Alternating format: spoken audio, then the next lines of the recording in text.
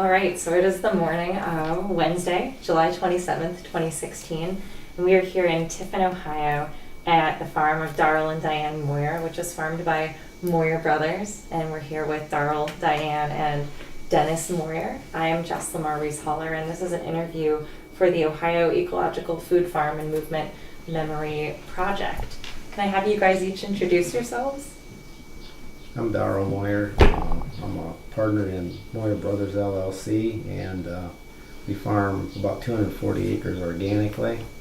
And Denny and I also do some construction work, so between the two keeps us pretty busy. I'm Daryl's wife, Diane. I retired from teaching a few years ago, and I guess you'd say now I'm busy doing lots of volunteer work. I'm Dennis Moyer. I'm part of Moyer Brothers LLC. I help my brother Daryl farm, and also a township trustee and in construction with my brother Daryl. Just to start us off, can I have you guys share a little about where you come from growing up? Down the road. Yeah, actually, we grew up about a mile down the road here.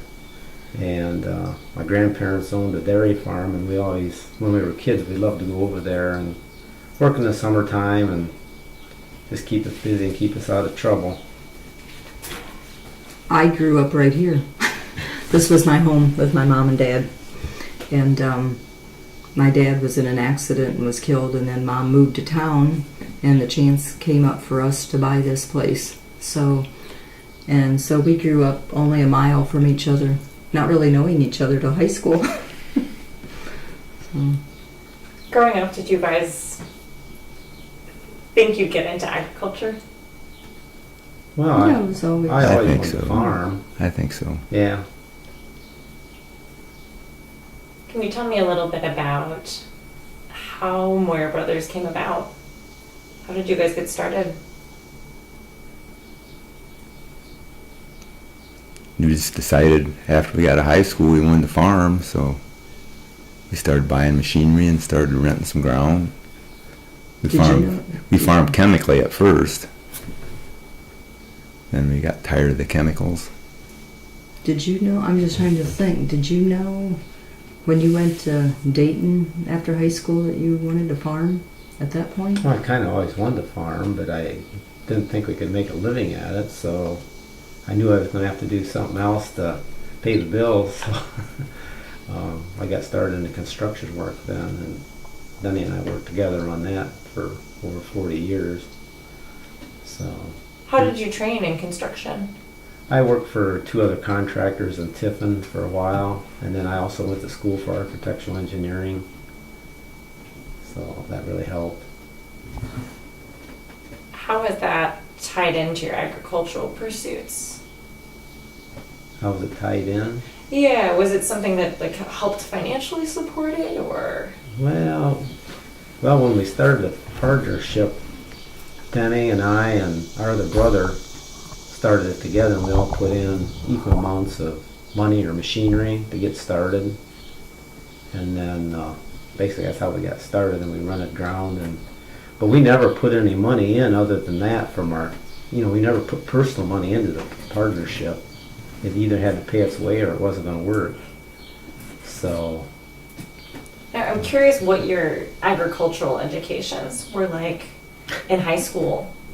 Were you trained to be farmers in a particular way? No, we just picked up from whatever our grandpa and uncle did. I mean, that's how we learned. I mean, pretty basic. Well, they had no programs here in Tiffin for agriculture at school at that time. Did you do anything for Dad before we were married? Your dad? I'm trying to think, yeah. Well, when your brothers moved to South Carolina, we helped your dad that one year kind of take crops off, but other than that, we didn't. Mm. But we used to do a lot of the farming for our grandfather and uncle, and we milked cows. So that's where we really got the agricultural training. Can you paint us a picture of what that was like on your grandparents' farm? I don't know, just we enjoyed it. We loved baling hay, and we liked running machinery, and I don't know. I guess I feel like if it wasn't for our grandparents, we might have ended up being a bunch of hoodlums. I don't know. They kept us out of trouble. Your mom was probably glad to have you guys, 3 boys, out of the house. What kind of practices did your grandparents use at their dairy farm? Well, they didn't use many chemicals because basically the manure was their fertilizer, and Well, they had a lot of hay, they so had hay, so they didn't use chemicals on the hay, and they'd raise corn and oats, and that was basically it. So I don't remember him spraying hardly any chemicals or using any chemical fertilizer. no. Mm-mm. I don't think Dad used much, did No, he? back in the Back- 50s no, they you didn't didn't. do that. Well, I mean, even the 60s. I don't remember Dad using a lot of stuff. When we first We didn't. started, we didn't use much either. No, But then it just seemed like it. Be Every behind year him, you huh? had to keep using more and more, all the time. Well, you guys started when? In about 70? 74. 74. Mm-hmm. Dad died in 80. So it wasn't till the 80s when chemicals started coming out? Well, we used some herbicides when we started farming. Right. But we didn't use any chemical fertilizers except that growers we used. We used some 28%. Yeah, Yeah. not a lot of heavy chemicals or dangerous chemicals, I'd say, like they are now. Where did the push for chemicals come from for you guys? Like, Weed control. We always cultivated, but you still had weeds that came through, so you had to spray. And I mean, we just kind of followed what everybody else was doing. did you work with Extension?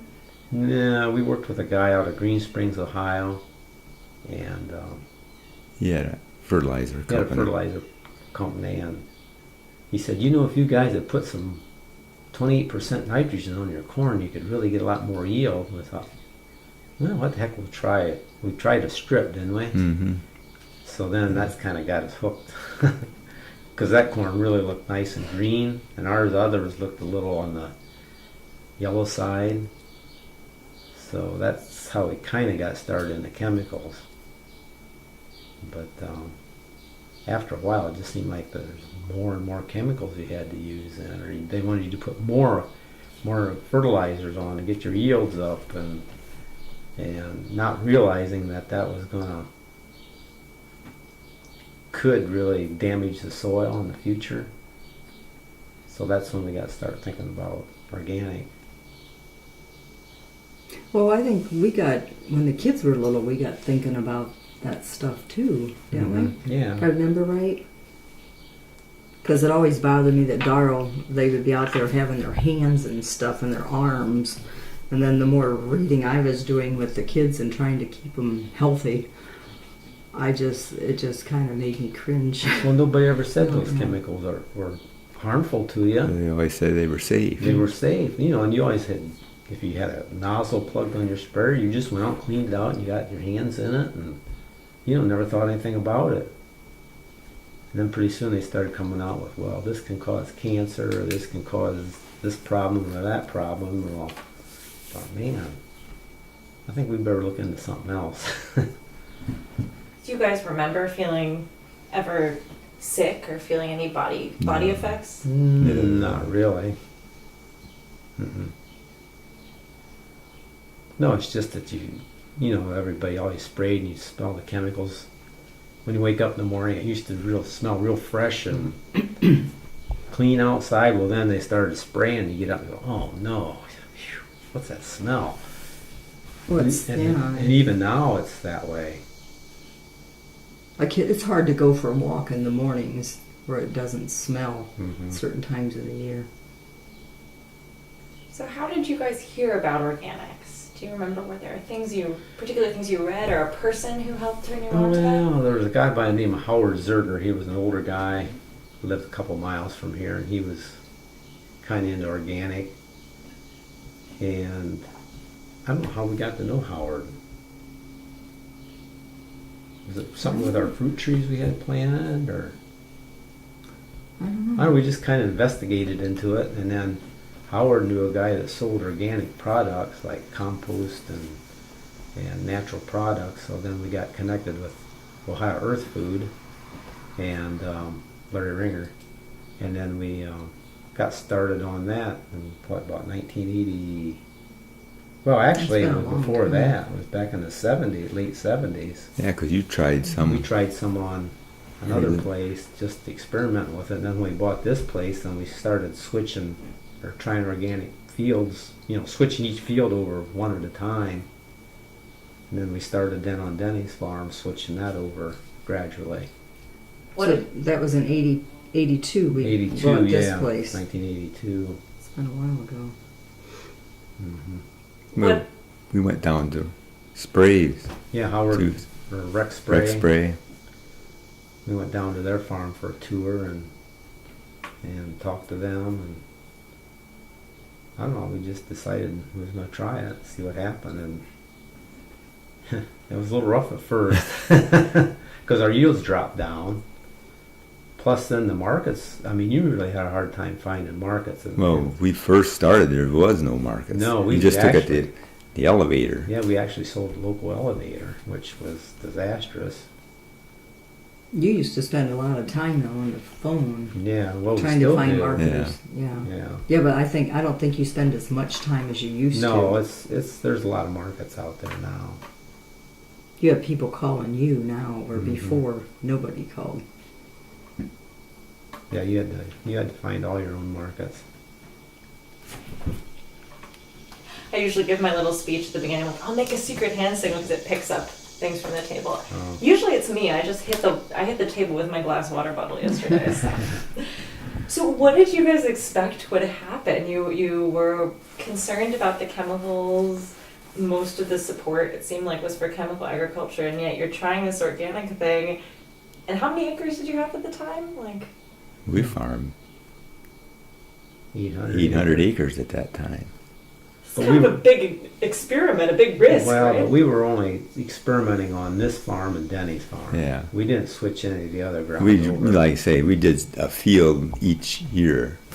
got it, got it Just switched over. just our two farms, the only ones we switched. Yeah. The others were still conventional. And But- what year was it we lost most of that ground? I don't remember. Late 80s, wasn't it? Probably. Yeah. Lost it. Well, they sold it. Sold it. It was rented ground, and All within 2 years, we probably lost, what, 500-600 acres. probably, yeah. So then we were just farming basically our two farms organically. But by that time, the markets had come around. Yeah, the markets were coming around, and the prices were a lot higher than Higher. conventional prices, which helped us out. We really didn't know how we were going to do it, but we did it.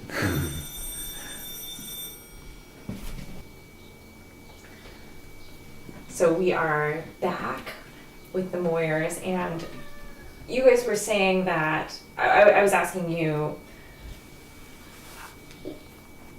about the risk, whether you felt like you were taking a risk to try to do organics when you did.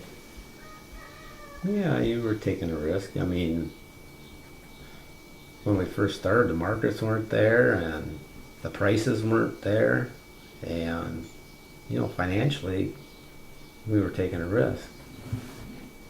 And that's why we worked construction jobs to make a living, and farming was basically a hobby at that time. So in terms of dividing your time, how much time did you spend in construction and how much farming? Do you sleep at all? Forever amount. Very little. Yeah, there was a lot of hours put in. Yeah. But at that time, we had another brother that was helping us. Yeah, which helped out. Helped out. Mhm. But really, like when the kids were little, they went to you. Yeah, they'd You ride know, the like track. we'd eat supper down at the field, and at least they could see them a little Or bit. they could ride on the tractor or something, I'm wondering what community you found around organics when you started out. There was none. Well, basically, Broadman's over there, but I didn't know Mike No. and his family. They farm organically, and they started back in the 60s. And Well, his dad, wasn't Leonard in it? Wasn't Mike's dad? Yeah. yeah, Leonard but in he was in Yeah. it back in the 60s. He started organic farming. And But- no, there wasn't anybody. There was nobody to teach you. No. You just learn on your own. Well, that and we talked to Howard Zerger and Larry Ringer from Ohio Earth Food. They kind of Helped. help some, give us ideas what products to use and.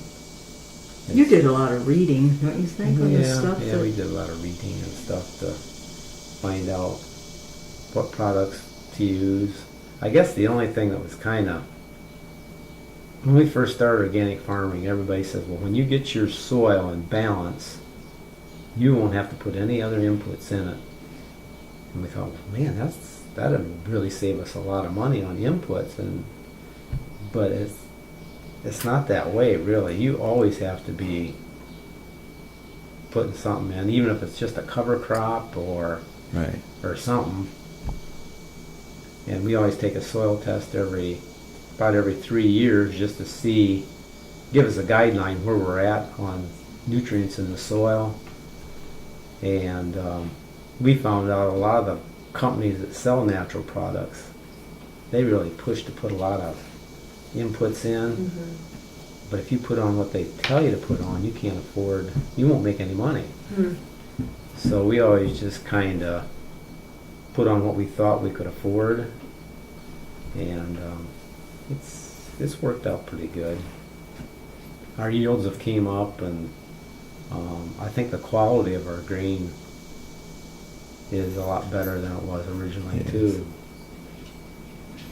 I wonder if you guys could tell me about, like, in terms of the experience of being farmers, how did your job change once you tried to switch to organics in terms of what you were actually doing out there every day? Being with the construction part of it, No, or with the farming. with the farming? Yeah, once you switch. It's altogether different. Yeah. You have to think altogether different. Yeah.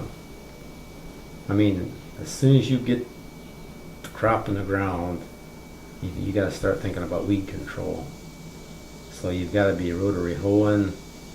Some guys say 3 days after you plant, but we always waited about a week, and we always rotary hoed, maybe twice, depending on the year, what the soil conditions were. Then you got cultivating. You're cultivating pretty much All summer. all summer, and now we've tried a couple of different other machines or ways of weed control. We've used the weed flamer, which works really good in corn but doesn't work very well in soybeans. And then this year we bought what they call a lightning weeder. It actually electrocutes the weeds. That really works really good in soybeans. So we're just we've only done about 30 some acres with it, Yeah. and I can show you the field. You can see right to the road where we've been. And that farm, that field that we're in, is just terrible with giant ragweeds and other weeds. And we had to start hiring migrants for weed control because we couldn't control them cultivating. And we decided we had to do something different because it was getting too costly to hire the migrants to do that. So then we heard about these lightning weeders and done some research on them and decided we were going to buy one and try it. So that's where we're at right now. So it looks really promising at this point. It's interesting though, it seems like there's a big difference in the labor, the type of labor and the amount of labor. Yes. Oh, yes. Yeah. And we don't fall plow anything. Let the cover crops get up first in the spring and till it up. How's that different from what you were doing before? I'm less familiar with grain Well, farming. we always plowed clover down every spring for our corn, which that didn't change. But now we're using some cover crops for some other crops. But then, like planting, we got to wait later. You try to get rid of some weeds before you plant. And you don't want to plant your corn the same time as your neighbors, so that cause of cross-pollination. Do you guys deal with GMOs? Well, we can't plant GMO corn, but we have to really be careful for contamination. That's why we actually got 30 or 33 foot buffer strips around, grass buffer strips around all of our fields that butt up against chemical farmer. But we haven't had any trouble with GMO contamination. We did one time, but it was a transitional field, and we weren't thinking, we didn't have a buffer strip there, and we had sold it as non-GMO corn, not organic, but it was non-GMO, and they picked up some of the non-GMO traits in there, and they rejected, I think it was just one load. One load. So yeah, you have to be careful. That's why we like to plant the corn later. Yeah, so their crop corn pollinates at different time than ours. So much you have to watch out for in terms Right. of. But see, now this year, with the weather was really wet early this spring. Well, guess what? We planted the same time they did, so. Oh, you didn't have much of a We choice. didn't We have didn't have any choice. choice. I'm curious what your relationship with your neighbors has been like, or how it's changed as you transition to organic. Oh, I think they respect us, but I think they kind of make fun of us a little bit. They're always, Some of them do. some of them tease us, I guess you would say, but nobody's ever been nasty or No. mean about it. I mean, we've had a couple issues on guys spraying, and but they've always cooperated, haven't they? Hmm. So I think it's that they didn't know. Out of Oh, their I ignorance. think that's a lot of it. we have signs posted now on all of our fields along the road, and then we also got on, I think it's, I don't know if it's OSU or what it is. They have a website where you can get your farms posted on there for land sensitivity. So we did that this year. So we have all of our farms are on there now, so that any applicators, chemical applicators, can go on there and see which farms are organic or sensitive to chemicals. They can, but do they? Well, they're supposed to. Oh, they're supposed to? I mean, it's just another protection for us For to us. say, hey, it's on there. You guys should have known this. So if they do accidentally get some spray on us, we do have a leg to stand on then. I'm just wondering what it's like, because I know some of the farmers I talk with are doing urban vegetable farming in Columbus, that kind of thing, or down in Athens where there's a lot of small vegetable farms. But up here, this is kind of big ag, grain, the heart of conventional Ohio agriculture. So what's it like trying to do this in a place where not that many people did what you guys did or did it so early? I think Because you most don't of, know any different. I guess. Haven't been anywhere Well, else. like you say, our grandparents, it was just about organic, the way they farm. Mm-hmm. I guess we grew up with it. Yeah. I think the neighbors, when we first started, thought we were nuts. Yeah, because some of our crops. Oh, they look terrible. They go, man, you guys, what's wrong with you guys? But now they don't really say much, because we keep our fields clean and try to give it organic a good reputation. Yeah, you do. Well, we try. Our son started mowing when he was in high school or college. Come home, mowed all the way down. How far is it down there? So it looked nice, the road versus the field. So now we mow grass a lot more than we did. But it does look nice. We try to control the weeds in our fields, because if you let weeds grow up and go to seed, then the neighbors are going to complain and say, hey, you got to clean that up, or Or you got seeds there for next year. yeah, for, you've got for seeds there yourself. for next You gotta, year, and then you're going to fight them year after that. So we try to keep our fields looking as good as we can. I'm wondering, is there an environmental piece to being organic for you guys personally? Well, I think because I don't think we're putting anything harmful in the soil, which is going to make the soil better in the future for future farmers. And then, like this algae bloom they have up in Lake Erie, I think with the cover crops we're putting on, and if you keep your soil in shape, you're not going to get the runoff that the chemical farmers get. So I think, and you're not putting all the chemicals up in the air, when they spray them. I think it really... Or in your bodies. Yeah, or in your bodies. What about the time when you guys were standing at the edge of the field? Was that last year? Oh, it's a couple when they years were ago. spraying, and they could feel it. Was it on the airplane, right? They were spraying with an airplane. They were putting chemicals on wheat, and it was coming right over on us. And they should have never been spraying that day because of the wind. But then both of you had your face, right? Our eyes were blurry. So we found out the chemical company was really, really good because you called around and got the name of the company that sprayed it, and they gave us the chemical that they used, and they were really nice about it. But we never went, we just kind of let it go. Yeah, you don't want to make neighbors mad. No, but it kind of makes me mad. We have to protect ourselves because we're doing what we think is right. We have to let acres of ground lay just to protect ourselves. Actually, we're losing money from not being able to farm that land. But that's what it is, I guess.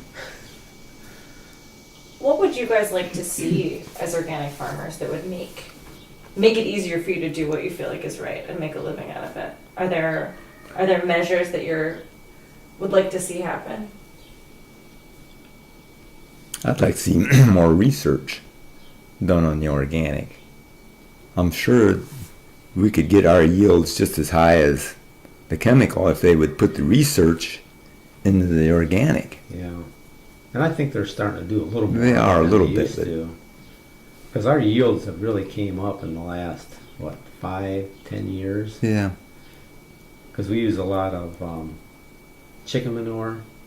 You put it on our clover field in the fall. We'll put that on in the fall, and then we'll plow that in the spring for corn, and that's our corn fertilizer. And I think that's helped our yields quite a bit. And then we also foliage feed our crops at least once a year. What goes into that? We use it's called a seaweed, and then we use a fish product, and then we use You've used sugar for... Yeah, we've used molasses before too. And we started to use a product this year called BioHume, which is a humate. So I think that really helps the quality of the grain and the health of the plants too.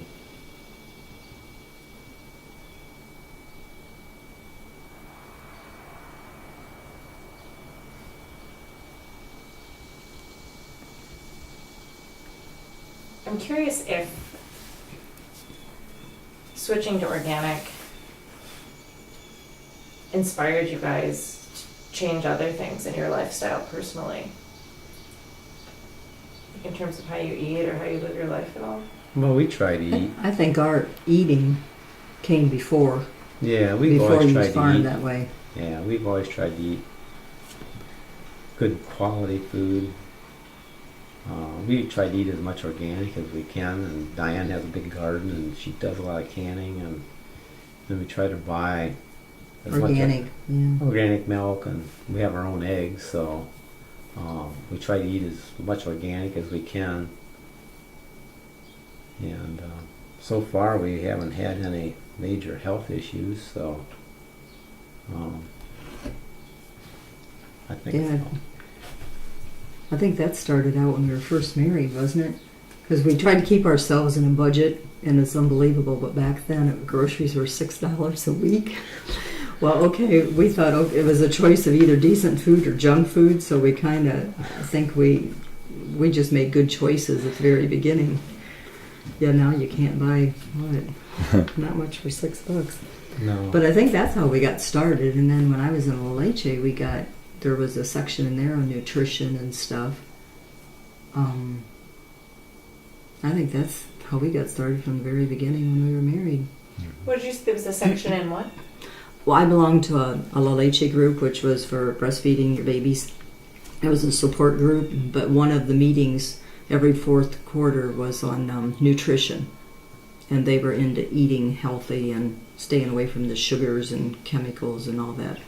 So I think we've been kind of that route a long time. Mm-hmm. I'm curious how you guys synced up with OFA. How do we get linked up with them? Do you remember? Well, yeah. I think it was through Larry Ringer, and we knew we wanted to get certified Right. because that would help sell our products too. So I'm not sure what year was it. 1989, I think, when we first joined OFA. I think that's it the might have first year been we got certified. We were organic before that, but we weren't certified.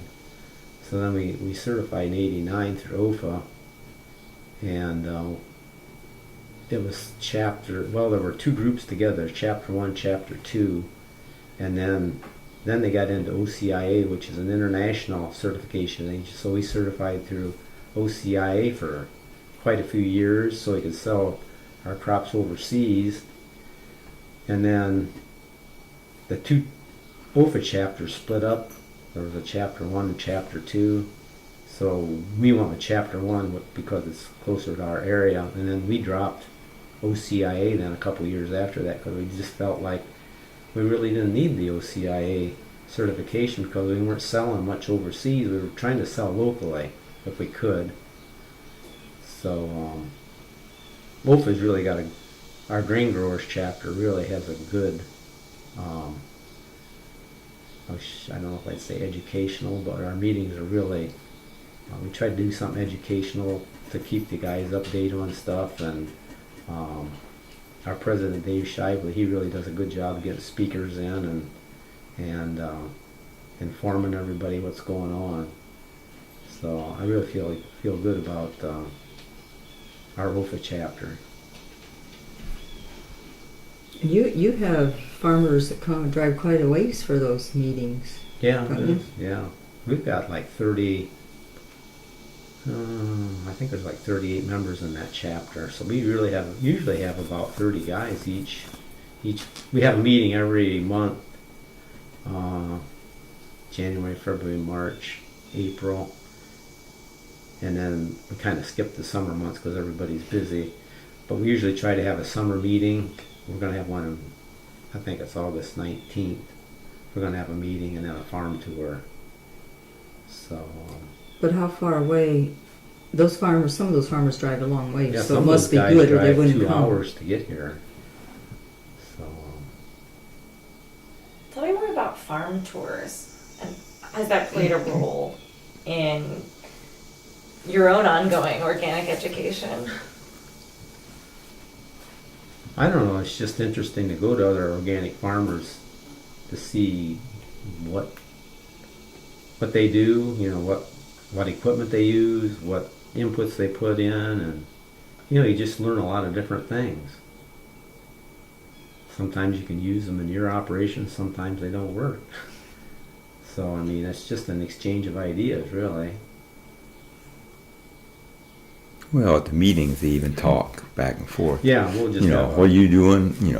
Yeah, we'll just sit down and have a session where everybody just starts talking like, I tried this and it really helped, or it didn't work, or that's really what I think it's all about, is everybody just sharing ideas. How do you guys say it's like the close of a year? How do you go from looking at what your yield is to deciding what you're going to do different the next year? What's that process like? Well, we basically haven't changed our rotation. Well, we did this last year a little bit. We started putting more cover crops in. I mean, we've always had a 3-year rotation where we'll have corn, soybeans, and then wheat. And then we always interseed clover and wheat then for a plow down. Or like on the highly erodible ground like we have here, we'll let it another year for hay, just to keep it from washing and help the soil. But we basically have had do about the same thing. Right, year after except year. for this last year, we Yeah. flew some rye on, Some corn. which didn't, in the standing corn, and I don't know if that was a good idea or not. It made a lot of extra work for us. Yeah. But it was an odd year. Yeah, the rye got away from us. It kept raining. We were going to mow it down early. Well, we couldn't get in because the fields were too wet, and then it got about 5-6 feet high. We ended up mowing it, and then we had to plow it, which we didn't want to do, but we had to get the trash worked in. And then that made it hard cultivating because of the trash, and And it turned dry. it turned dry. One thing after And another. so it's one of those years where I don't know if you can really say if the cover crops helped or not, but I think they have. I think on the one farm they did, but here I don't think it did. No. But we didn't have a real good seeding of rye either No. here. Then another field we no-tilled into the rye and rolled the rye down to kill it. But I don't know. Part of that field might be a disaster too. Yeah, we didn't have enough rain to get the beans going good. So What do you guys grow in terms of the breakdown of acreage and type of crop? Can you fill me in on that?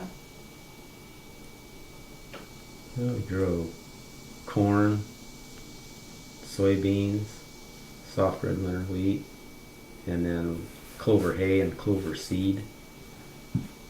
And the corn is about 70 some acres. They're all about between 75 and 80 acres Yeah, apiece. we try to get them split kind of equally. The corn, the beans, and the wheat. Yeah, the clover we usually try to get about 20 acres of clover hay a year. And that's, if I'm understanding right, is that less acreage than most conventional farmers Oh yeah. make a living on? Oh yes. yeah.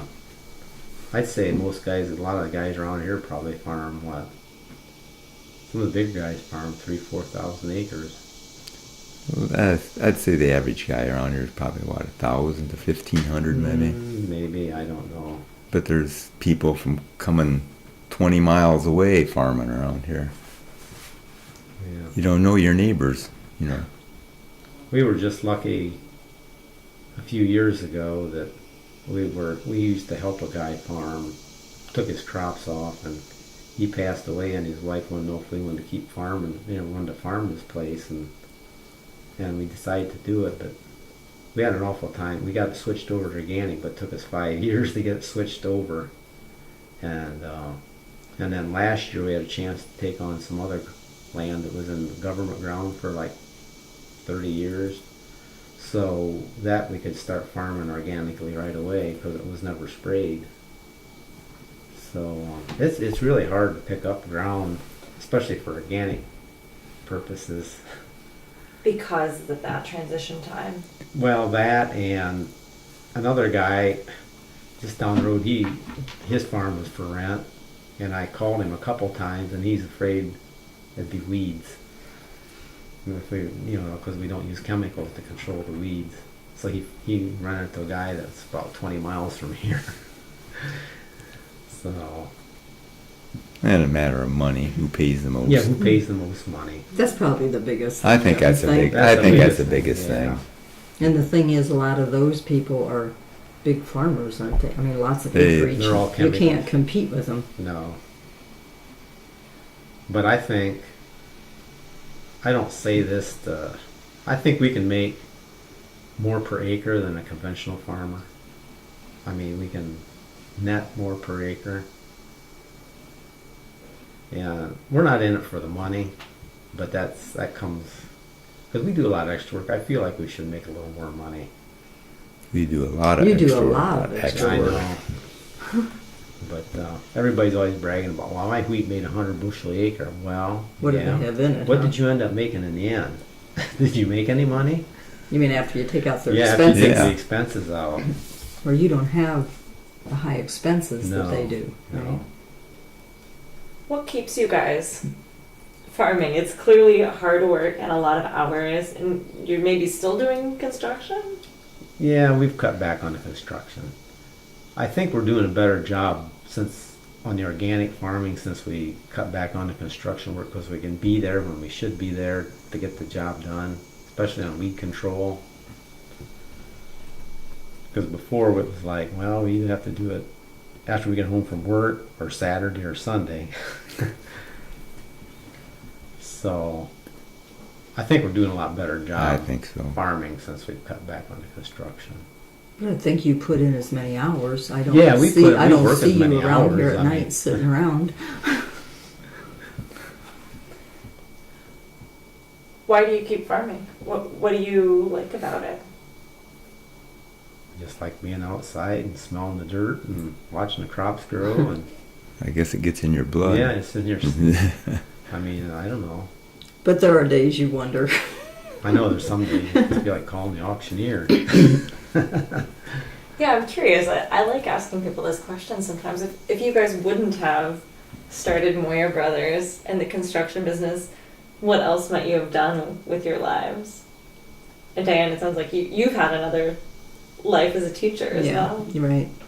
Well, I worked in the factory for 6 months after I got out of high school, and I knew that just didn't cut it. So I knew that wasn't going to work.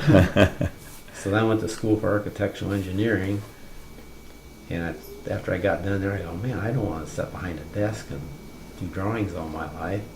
So then I got a job working for a guy in construction. Which Yeah. kind of tied in. But Yeah, yet I you were mean, outside. the education I had, for architectural engineering really helped in the construction end too. Because you used to make up your own blueprints for Yeah. houses that you'd build. And then I decided to go in business for myself, and Denny went in with me, and it worked out good.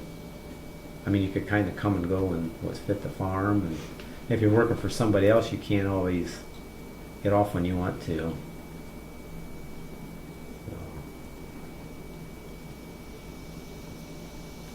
It's too late to change now. Yeah. So I wanted to loop back to something you guys all mentioned earlier, which is that I think you said there is more of a local market for your grains now. So I'm wondering if you could tell me about from what's changed from the beginning to now in terms of the market for your organic crops. Well, there's a feed place over in Upper Sandusky, Kalmbach Feeds. They're getting into organic chicken feed. So we've been selling our corn to them the last couple years. And I think they're going to start taking some soybeans too, I think.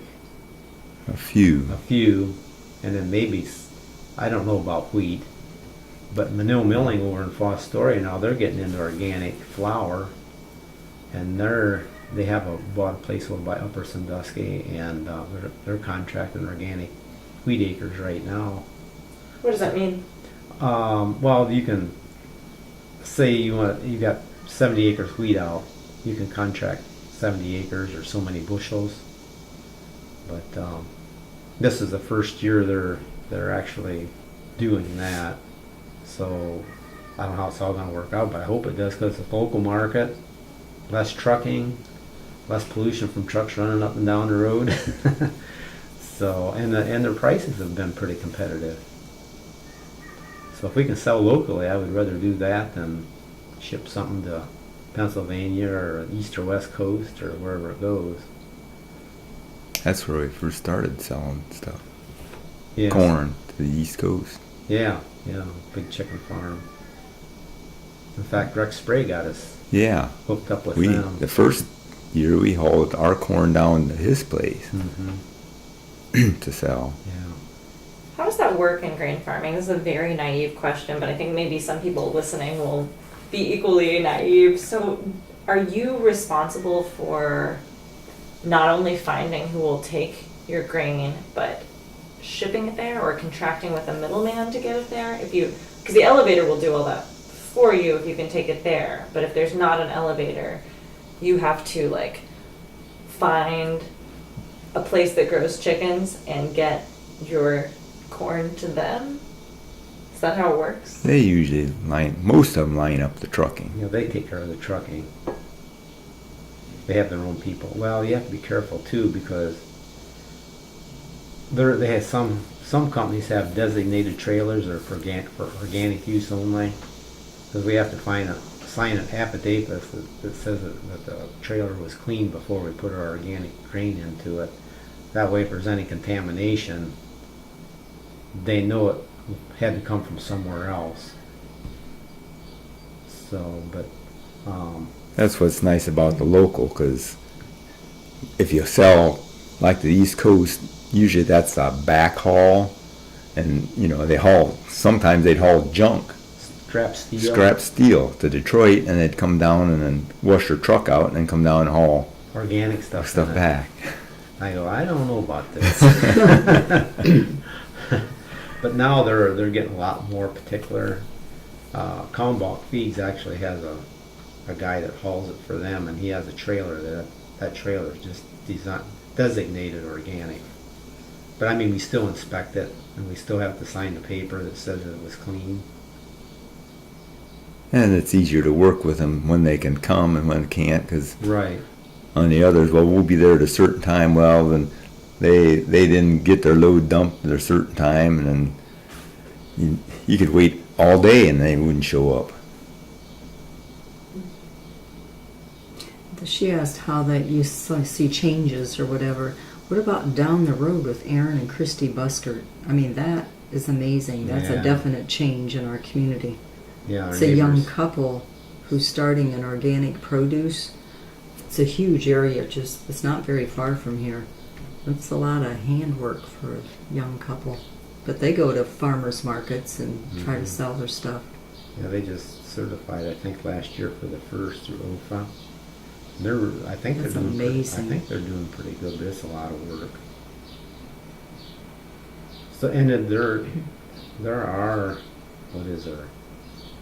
3 of us in Seneca County that are organic farmers. There's Mike Broadman, us. William. Yeah, there's what's his name? I can't think of his first name. Randall Bullion. He's switching over to organic. And then, well, Jeff Dean isn't that far away, but he's in Sandusky County. So there's a group of us, not too far apart here in this area. Culturally, how would you describe Tiffin or this part of Seneca County? For someone who's not been here, what's it like here, and to be from here? Pretty conservative. Kind of a college town. Yeah, we have two two universities here: Tiffin University and Heidelberg University. A lot of retirees. Yeah, there used to be like 4 or 5 pretty good sized industrial factories here, but now there's a lot of small ones. Yeah, but the economy kind of went bad in the 80s, and a lot of those places left. But they're bringing a lot of things. They are. Smaller. They really are. Just smaller companies are. I mean, it's not big paying jobs, but they're getting some small industry in here now. But I don't know. According to Buskerts that have the organic produce, Tiffin people don't like to spend the extra money for the organic. But they go to Perrysburg and Bowling Green and those areas. They say the people just, they want the organic stuff. They'll pay whatever it is, as long as it's good quality and they know where it comes from. Well, I think they make more money up that way than they do in Tiffin. Don't you think that's a lot of it? Well, some, but I know Jody said from working at the schools in Bowling Green, the social economic is about the same as Tiffin with those kids. Mm-hmm. But I think there's more people in Tiffin that support. We know a lot of people. Yeah, who because Kroger's has an organic section, and they're really doing well out there. I've talked to that lady different times, and she's just amazed at how that is growing. A lot of this stuff, when Julie goes to the store, they don't have it. You know, they're sold out. Mm-hmm. Is this a part of Ohio where, from your experience, a lot of people still grow their own food or are connected to the land in that way, or is it mostly grocery store? I don't think as many people have gardens as they used to. I mean, when we were growing up, everybody Everybody had had a garden. Well, it's just like you saw cows and animals outside Yeah. everywhere when we were Used to be growing there up. used to be a couple dairy farms every mile. block, every mile. Well, now there's maybe one in the county. Yeah. So, I mean, there's still some people that raise beef and some hogs, but not many. And I don't think there's as many people who have gardens either. I don't think so either. Well, I think your division between rural and city people is changing. It used to be more definite, where now you've got a lot of country people who, have jobs outside the home, and the kids are involved in all sorts of stuff, and there's only so many hours in a day too for them. And both parents work, You know. so they don't have time for a garden. So we stop at a fast food restaurant and get something quick to eat. I'm curious, do both of you have kids, families? Yes. Mm-hmm. How has the farm influenced your family's life, raising families and being parents? I think they got a better work Ethic. We always made our kids work. Yeah. Yeah, they talk about that. Well, they believe 100% with what's going Yeah, on. they all try to they eat organic as much as they can. Our little granddaughter, she's what, 3, and I think she's had one cold. She's never been sick, and our daughter makes sure that she eats what's good for her, But they all firmly believe in the organic, and I think they live it too. They do. Todd does. Yeah, our son. How so? What's that? How so? Well, hardly touches anything that's No, not organic. Well, Jill's that way too. So is Jody, I guess. Yeah. Yeah. Well, Brett's got his own garden. Yeah, Mhm. yeah. Yeah. His son's got his own My garden. son's got his own garden. And He has a big garden yeah. for his age. Yeah. Well, he's got more than a garden. He has raspberries and blueberries, and he's put out fruit Grapes. trees and grapes, and he's a real homesteader. Well, that's what we got here. Yeah, but for somebody but Brett's young. a lot younger. Yeah. Yeah. For somebody that young, that's different nowadays. A lot of kids aren't into that. Now, does Bryn go out in the garden and Oh yeah, stuff she'll and pick see? strawberries. Yeah, and see, she'll that's- just eat them right out of Yeah. the I garden. guess we have an organic dog then too, because she ate all our strawberries Yeah, our this year. strawberries disappeared this year. Here we found her out there eating them. What all do you guys grow here? Let's see, we have elderberries, we have They're getting ready, too. raspberries, strawberries, Grapes. grapes. And I counted how many did I think, different things in the garden did I say we had? 25 or 30 different things in the garden. Like I thought, I didn't realize we had that many different things until I was ordering seeds. Then we have All right, so you guys were telling me a little bit about the garden here. Oh, blueberries. I'm trying to think of everything besides we what's in had the garden. apple trees and Yeah, we pear planted. trees. Yeah, we started out planting 7 years ago, 12 trees. Well, with the winters we've had, we're down to 7, Pear tree or the peach trees, they died. and the apricots died. Apricot died and cherry tree died. But we do finally have some apples and some plums this year. Plums. And a We have couple one pears. cherry tree And a left, but we couple got pears. another one. Yeah. How did you guys grow up eating in your different families? Pretty much the same as we do now. Your mom and dad always had a big garden. They had a garden. Yeah. Our grandparents had a garden. They had their own meat. We always got meat off of them, and they had dairy cattle, so we got the milk from the dairy over there. Right out of the bulk tank. Yeah. So, And we survived. We didn't have a lot of pop. No, we never had. If we went somewhere and they had pop, man, we didn't know how to act. Well, I don't think people drank it like they do now. Do you think? No. No. People drink it with No. meals and walk around at work I don't with think it. we had pop in Mom and Dad's house till we were in high school. Then we didn't have much. Much, no. And your mom worked away from home, and then she came home at night yet and Mhm. was out in the garden working, canning to all hours. Yeah. Well, your grandparents. I mean, everybody had a garden. That's the way they did it. Yeah, Yeah, that's true. you had to survive.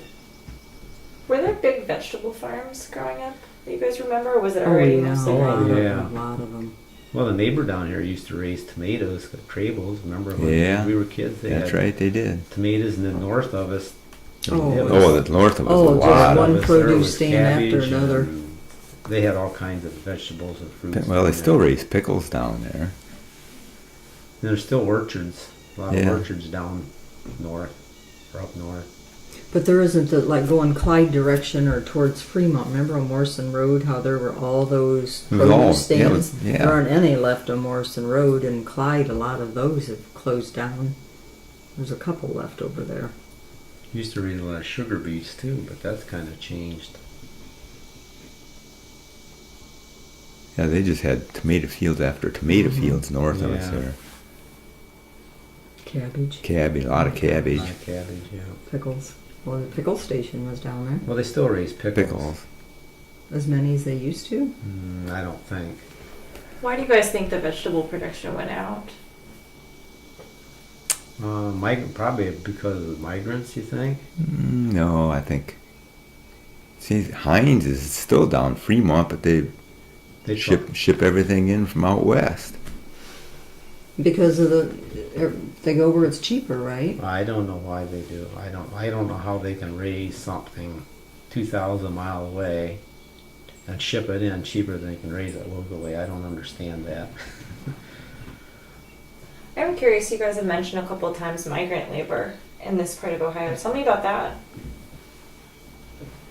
Well, they still have some migrants. Some, but Especially tomatoes and the pickles, and no, they don't use them for pickles anymore. sometimes they do for weeding, don't they? I don't think so. But tomatoes especially, that's a lot of migrant work, because especially the steak tomatoes, they have to tie them up and stake them and weed them. Well, then they used to have them here for sugar beets too. They Right. used to weed the sugar beets. Where are people coming from? Migrants? A lot of them came from Texas, I think. And they Well, stay that's for like a season. Yeah, Yeah. well, some of them came from Mexico. Yeah, but I think a lot of them were from, well, yeah, the southwest. And we hired migrants to pull weeds, but they weren't they were Mexican descent, but they actually had a job. I think it was Castalia, and they pull weeds on the weekends. So, but that got pretty expensive. Well, then they couldn't keep ahead of the weeds. Yeah, If it rained, well, they didn't have enough help to get it all done, and if they were working every day, they probably could have kept up with it. Yeah. But if they'd come one weekend, pull weeds, and then the next weekend it rained, well, they couldn't work. So then the weeds got way ahead of them before they got back. Just curious talking with people who do hire help, because it seems like the job of hired help on an organic grain farm is such a different job than it would be in other places. 'Cause you're not exposed to as many chemicals, but it's also much more handwork, which is very interesting. Yeah, Don't you think it takes a strong work ethic yeah. for people to want to do this Oh, or to yeah. work or help? Yes. And a lot of people are not. I mean, there are a lot of people who have strong work ethics. I'm not saying there aren't, but there are a lot of people who've growing up not having strong work ethics. I'd say more of You a know. hard labor. Don't you think it's more of Yeah. hard labor, a lot of it, than what conventional? Yeah. Oh yeah. for you guys too, and what you do? Well, the way we do it. Yeah, we could actually save ourselves some labor if we would spend some money, but Well, you're trying to live within your means. I know. and Oh yeah, not borrow, but so. we don't have the hard labor we had for a while. No. We used to bale all the hay by hand. Now we use big bales, so we don't have to lift all those.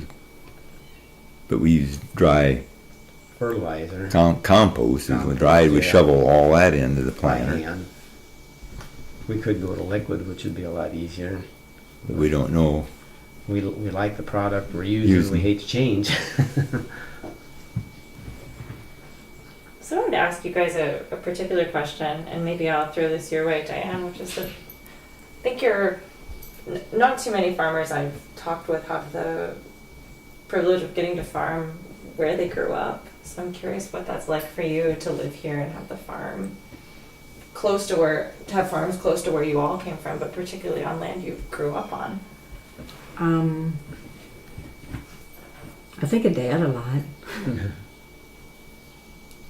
But sometimes we feel like maybe we shouldn't, because there was kind of hard feelings when we bought this farm because, What was others couldn't they couldn't get the come up with money the for it, and I financing to think buy it. yeah, and I think everybody wished that they could have, but they couldn't, and it was either it goes to public auction, or when we found out we could get the money, we did. But then things came around in the end. Yeah, you know. I mean, there was But- hard feelings at first, but Yeah. I think it's all right now. But sometimes when I see, like, Daryl's out there working, and I remember being out there in the tractor with my dad, and he used to let us, back then safety didn't seem to be an issue with the tractors, but, because I remember just riding with Dad all the time. And it makes me feel kind of old, because I think, oh my gosh, here it is another generation. And now we're older, and it could be our kids or whoever, But yeah, it's a neat feeling, I guess. Yeah. Are there particular things you guys are hopeful about in terms of the food system in Seneca County? Things that are on the horizon or that you've seen moving and shaking since you guys got started in this?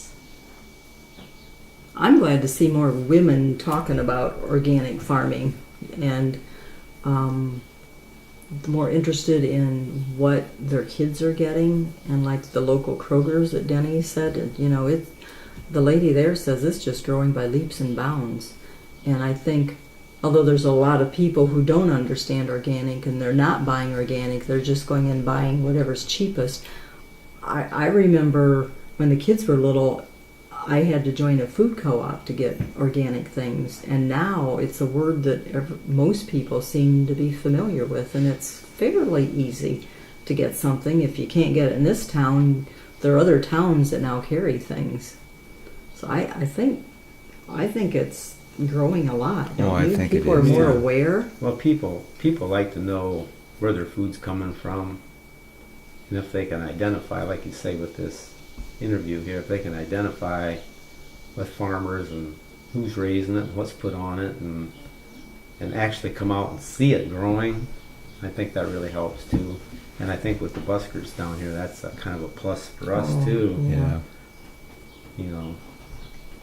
Well, and I think as our world gets more, people get more exposed to bad things, and then they have health issues, environmental issues, that they're beginning to see cause and effect, that maybe I need to change the way I eat or what I'm exposing my body to. So I think that maybe is helping people to become more oriented towards organic. But then on the other hand, there's the medical association. They don't want you to know what could be causing cancer or a lot of the diseases that we have nowadays. And there's a lot of politics. It just kind of upsets me. Yeah. Just like Monsanto pushing Roundup and GMO crops and all that stuff. They have no idea what the effect's going to be on people till another generation. But they don't care And either. they don't care. Because it's it's all the about money. making money.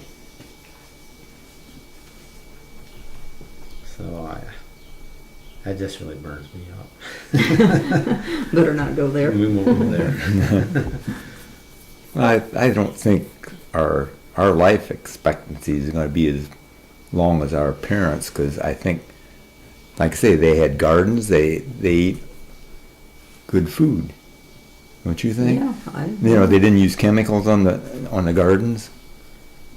Well, and I don't think we might live as long, but I don't think the quality of our life in our older years is going to be as good as our parents or grandparents. Because look at the nursing homes.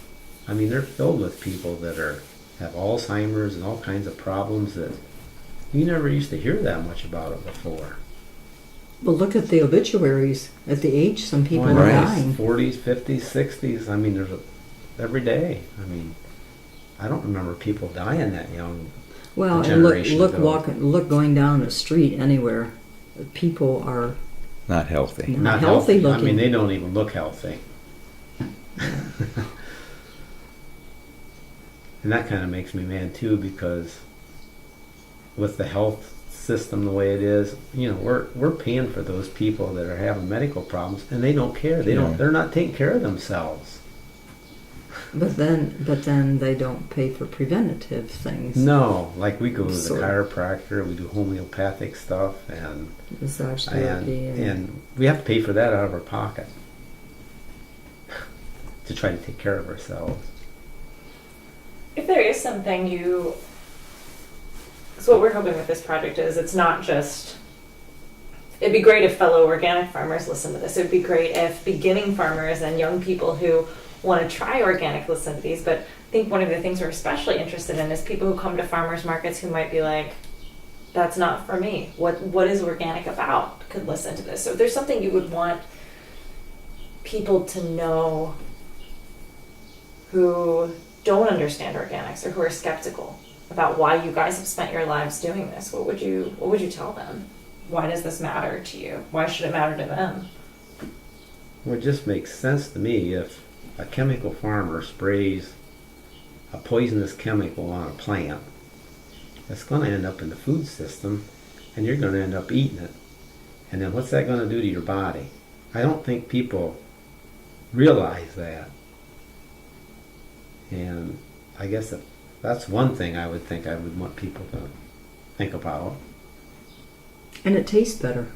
I mean, Yeah. it does. The organic produce, it tastes better. It may For not food. look as good because we can't use all the fungicides and all that stuff to keep the bugs off. It's not going to be a real perfect apple. I may have a scab on it or something, but I mean it's It's healthy. healthier.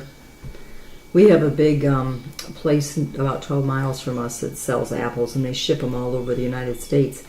And she always has, you can always get seconds, and they look just fine, except like Daryl said, there might be a little scab on it or a little cut or bruise. And she told me, she said, I asked her why it seems like they're having more seconds, like, the last few years, and she said they can't sell them in the market, because they also have a market there. They can't sell them unless people want a perfect looking fruit that's waxed and shiny. Yeah, so, and it's like, I don't know, I guess I just wish people would realize it's okay to eat something that doesn't look perfect, because it is better for them, and it tastes better. And I guess I think about people who are of childbearing age. Think about keeping your bodies healthy for your future children, or keep your body healthy as an example to your children. So, Well, yeah, just like the chemicals they spray. You don't know if a pregnant woman, if she smells those strong chemicals, what's that going to do to the baby she's carrying? You don't know. Nobody knows. No. And the sad part of it is, I think the longer we go, I think people's body actually kind of get immune to a lot of that stuff. I mean, people's immune systems are shot. I mean, they get a shot for this, a shot for that. Your body's made to fight off infections and diseases. Let it work. Let your body do this job. I mean, yeah, if you. Well, then they come out with an immunization to counteract something that they were immunized, that was a result of another immunization. Well, why didn't you just not immunize for this particular thing, and the body would have taken care of itself down the road? But like you say, then the more immunizations they get, I guess we're kind of getting off topic. but the more, you know, if you're killing your immune system by putting unnatural things into it. So. And it's just like the flu shots. They advertise on the billboards, all these places. Come get your flu shot. Well, I just read in the paper early this summer, well, the flu shot, the strain they were vaccinating for, most times it's not that wasn't the right strain, so the flu shot didn't do any good anyways. So. Again, it makes you wonder. Pharmaceutical companies, you know, they're making money off of this. Well, insurance companies, and you know. I just want to ask you guys. I think that's for many farmers, it's really tied together. But as organic farmers with a particular set of beliefs about health, environment, the way what's in our food impacts our body, what's it been like to navigate our medical system today? Have you found support? Have you had to try out other channels? Yeah, we did. Yeah. we joined a Christian ministry organization that we pay each other's. First of all, you have to have a priest or minister sign that you are in good faith and something about your lifestyle. And so you've got a group of like-minded people in this organization. So instead of us paying the insurance company X amount of dollars every month, we pay X amount of dollars to a particular person that has the need. And once a month we get something that says, please send your, and it's much, much cheaper too, because the insurance company will keep money, accumulate it. That's not how these Christian ministries work. And so you pay whatever those bills are that come in that month. And our money goes directly to Mrs. So-and-so that had such and such something happen. And so it's and just that's for you guys too. It's like an insurance co-op or something. Right. Yeah. Right. Because we didn't like a lot of the things that were in the insurance company, what you were paying for by going through an insurance company. So we've been really happy with it because we know our money is going for things that we believe in. It goes directly to that person to help that person pay their medical bills. And yeah, the more we learned about what is in most insurance policies and with this Obamacare, like we were really against paying for somebody else choosing to have an abortion, for instance, and a lot of those life issue things. So this way we know our money's well spent. Do you feel like, has Western medicine been your choice for how you handle your own healthcare? Like, do you just go see regular doctors, or do you have a different set of beliefs? I won't tell you when the last time I was a doctor. No, I'm just I'm curious. We have done homeopathic, since the kids were born, and it seems to take care of whatever problems we have. How did you get into that? How did I get it? Through that natural, the group I talked about earlier, l.r.h. the l.r.h. League. But we're able to pretty much control things and kind of wait things out. Now, I did have a broken foot about a couple months ago, but I ended up having to go for an x-ray, but I knew from going to a chiropractor's and somebody here in Tiffin that it was broken, so I had to go to have it set, and that was just a boot, so I avoided all that. I did not have to go to the emergency room or any of that. So, but I can't remember us going. I mean, you still got to use your head. I mean, if you have a serious problem, I think the medical field does have its place. I mean, sometimes you're not going to be able to avoid it, but we've been blessed. Yeah, we realize that too, because there are things that can come up in people's lives that our way of doing things would need more help. So I guess we're thankful every day that we haven't had to do that.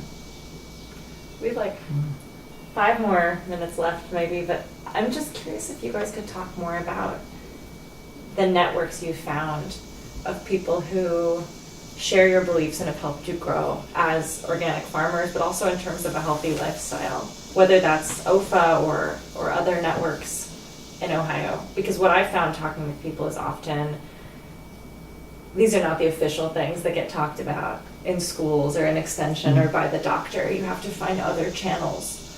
So I'm curious what those educational networks or support systems have been like for you guys. I'd say OFA for the organic. I would say so too. Organic farmers has really been a good support group. I mean, like I told you before, we get together and share ideas, and everybody supports each other, and I'd say that's really, basically, that's probably on the organic part of it, that's probably the biggest thing. They don't make fun of each other. They just, they're trying to learn from each other. They kid each other. No, We yeah, have a but good kids, time and laugh yeah, and stuff. as far as making fun of somebody or No, I think they're that's a good group of of guys. Yeah, Does everyone in OFA, from your experience, share the same beliefs? pretty much. I mean, as far as the organic part of it, I mean, as far as like our homeopathic stuff and Some do and some don't. Some do, some don't. You go to a meeting and guys are drinking pop, and I'm thinking, come on now, you guys are organic farmers and you're drinking pop. But that's just the way they are. I mean, I never really ask anybody in the group how many of them eat organically. I know some of them do, but I don't know the percentage that do or don't. So, Did you guys make it out to any of the big conferences? no. We went to twice. OFA conference a couple times, but we haven't been back for a couple of years. And we talked about going to what's the one they had in Columbus? Acres Conference. Acres. Well, that Columbus was a couple Years ago, but we didn't go. Well, in my last 3 minutes, I wanted to ask you guys something I've been asking most people, which is, for people who are just starting out in organics or who aren't familiar with the history of the movement at all in Ohio, in 2016 you can walk into Kroger, as you said, and see a big organic section, but it wasn't always that way. So what do you think people need to know about you guys and people of your generation who started this really early on, about what you did and why you did it? That's a hard question. Just a light question to finish up with. Sorry. I mean, I would encourage any young person that will want to get into farming to go into organic farming. And in fact, we've even talked here. I don't think any of our kids will ever farm. Come back to. And we talked about if we could find a young person or a young family that would be interested in taking over, get them started and go that way. But I don't know if that's... Yeah, we talked about, because we hate to see it when something happens to us, this going back to the conventional farming. Yeah. And it would be nice, because we had to start when we were younger with where we lived in other places. This older couple, they were going to land contract their place to us, wasn't it? And he died in like 2 weeks after we talked to him, and she called us back and said, well, I want to still do this for you guys because that's what Kenny had decided he wanted to do. And it was, I'll never forget that, because they could have probably hung out for more money. And so I said, it would be kind of neat to return that favor to a young family that maybe could get started because we gave them that chance. But it would be tough. It would be really a lot harder today than it was or when we started. But I think you'd have a better chance starting organic farming than you would conventional farming, because there is at least a profit in organic farming. But it's a lot of work. It's a lot of work. Yeah, it's a lot of work. Was there anything else you guys would like to add you haven't gotten to say? No, I can't think of anything. If you had it to do over, you'd do it again. Oh, yeah. Oh, yeah. Yeah, if we started out again, I'd do it.